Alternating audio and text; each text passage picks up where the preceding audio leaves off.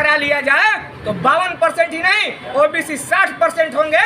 अगर केंद्र सरकार में इतनी शक्ति है, राज्य सरकार में अगर राज्य में गिनती की शक्ति है तो करा ले। अगर 60% जनसंख्या नहीं हुआ तो हम लोग राजनीति छोड़ देंगे।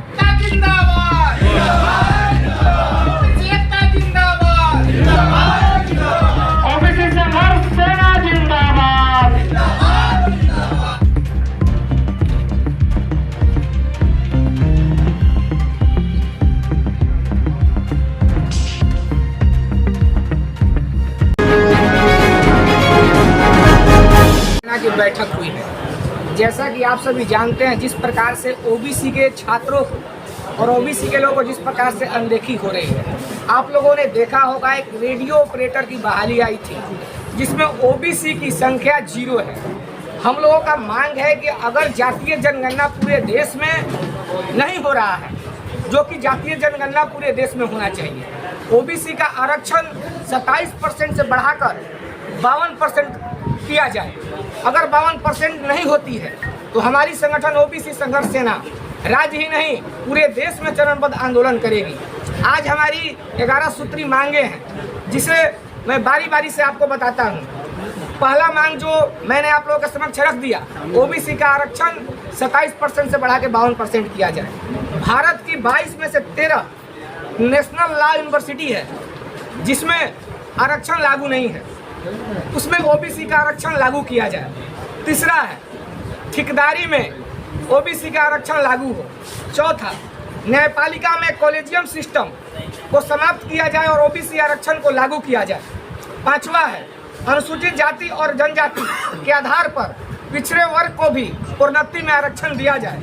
छठा, ओबीसी आरक्षण में असंवैधानिक क्रीमी लेयर, जो कि आप जानते हैं, क्रीमी लेयर की जो बाध्यता है उस बाध्यता को समाप्त किया जाए।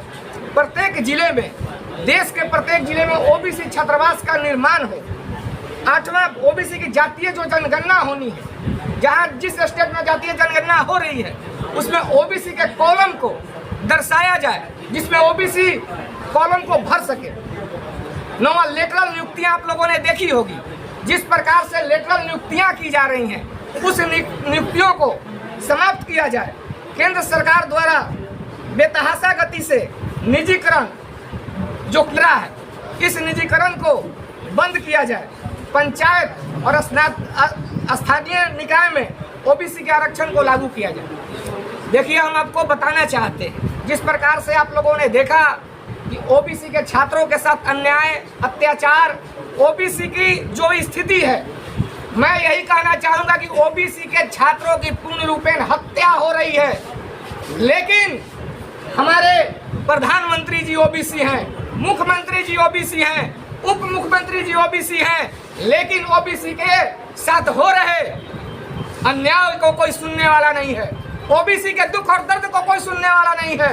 यही संगठन जो ओबीसी संघर्ष सेना ओबीसी के हक और अधिकार के लिए दृढ़ संकल्पित है और हमेशा राज्य ही नहीं देश में भी आंदोलन की जरूरत पड़ेगी तो ओबीसी संघर्ष सेना आंदोलन करेगा।